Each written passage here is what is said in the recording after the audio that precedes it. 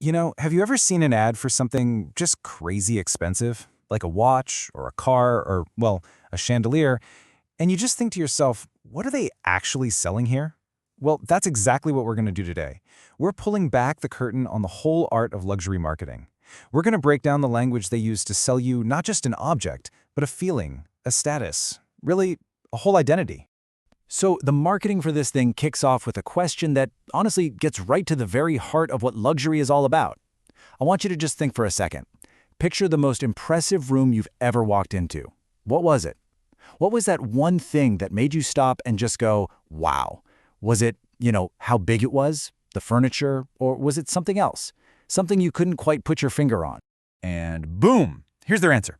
They pitch this really powerful, almost magical idea that the entire feeling of a space can be defined by one single, perfectly chosen object. See, it's not about just filling a room with stuff. No, it's about anchoring it with what they call a defining feature. I mean, come on, that's a pretty bold claim, right? Okay, so to sell you on this huge idea, first, the marketers have to make you feel like you have a problem. I mean, this is marketing 101, right? Before they can sell you the cure, they have to convince you you're sick. They've got to find a little anxiety, maybe one you didn't even know you had.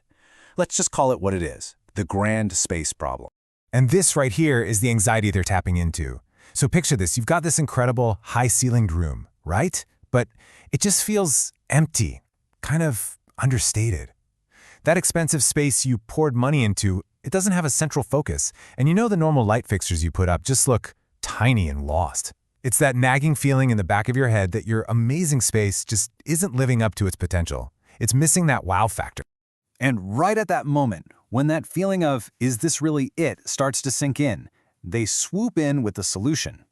But you gotta notice the wording here. This isn't just a practical fix they're offering. It's presented as a sculptural solution. We've left the world of hardware stores and we're now moving into the world of art galleries. And there it is, the modern luxury Ginko Leaf Chandelier. Seriously, every single word in that name is doing some serious heavy lifting. Modern? Okay, so it's current, it's fresh. Luxury? That's setting your price expectations way up here. Ginko Leaf? That hints at something organic, artistic, special. You haven't even seen the thing yet, and they're already selling you an entire lifestyle. And this is where they really hammer the point home. Just look at the contrast they're setting up. A normal fixture? It illuminates. That's it. That's a utility, like a toaster. But the Ginko chandelier, it transforms. See the difference? It's not about adding light anymore. It's about adding drama. They've literally repositioned it from being a simple appliance to being a total game-changing statement piece. All right, so how on earth did they justify a claim that bold? Well, they break it all down for you. They build their case for this thing's power, piece by piece. They're basically giving us the anatomy of an icon, and let's be honest, they're justifying why it's going to cost a fortune. And notice, they don't just call them features, do they? No, they're outstanding qualities. That word choice is so deliberate. It's meant to prime you, to get you to see what's coming next, not as just a boring list of specs, but as this, curated collection of reasons why this thing is completely exceptional. Okay, let's take a look at these we'll call them the 5 pillars of their argument. Each one is totally designed to build on the one before it, creating this really solid, unshakable case for why this is not just another chandelier. Okay, first up, the language they use. It's an organic sculpture. I mean, right away, bam! It's not a lamp to help you see your book, it's a piece of art. That one phrase completely reframes the whole conversation away from utility and over to artistry, which, you guessed it, immediately justifies that premium price tag. Second, they tackle that empty room problem head on. They say it's not just big, it commands presence. Now that is power language. What they're promising the buyer is that this thing won't just, fit into your space. Oh no, it is going to own the space. Number 3, they guarantee quality. By talking about premium materials and clean lines, they're not just describing the design, they're sending a message. They're promising you it's going to look and feel expensive. This is all about reassuring the buyer, you, that you have incredibly sophisticated taste.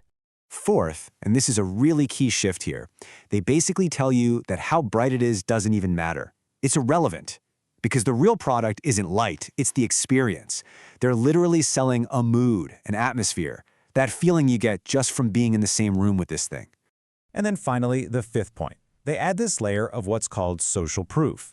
By casually mentioning that it's used in fancy hotels and big corporate lobbies, they're giving it this commercial-grade stamp of approval. The subtle message is pretty clear, right? If it's impressive enough for a 5-star hotel, well then it's definitely good enough for your home. So, okay, we've covered the what, the features. But now, the marketing pivots. It shifts to the why.